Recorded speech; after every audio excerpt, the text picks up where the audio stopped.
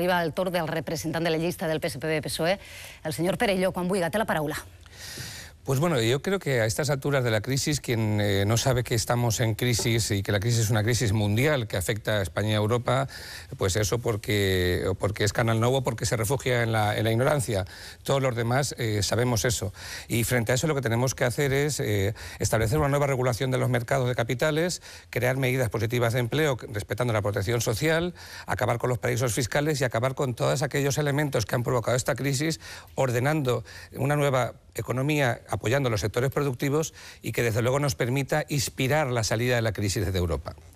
Y dicho esto, resumidamente, yo quiero aprovechar una parte de mi tiempo para decir que, a pesar de que se dice que este debate, y es verdad, ha sido organizado y aprobado por el Consejo de Administración y por eso estamos aquí, no es menos cierto que es una imposición de la mayoría del Partido Popular que con su forma de actuar hace que estos debates sean falaces, que se graben a las 5 de la tarde y que se vean a la hora en que unas televisiones programan el porno y otras el alma se serena.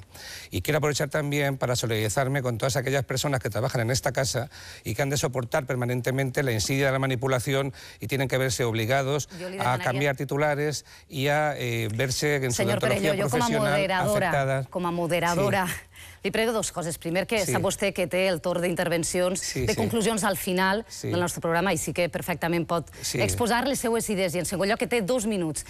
El tema pactat en el primer bloc entre els diferents grups és la situació econòmica. I li pregaria, per favor...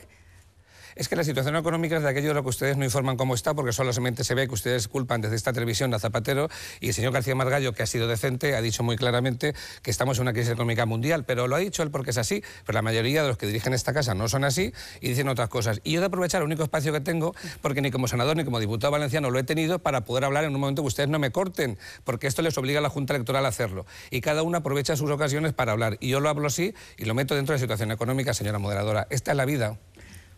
Ha acabat els seus 2 minuts. Moltes gràcies, senyor Perelló. Continua amb el sector exposant les seues idees.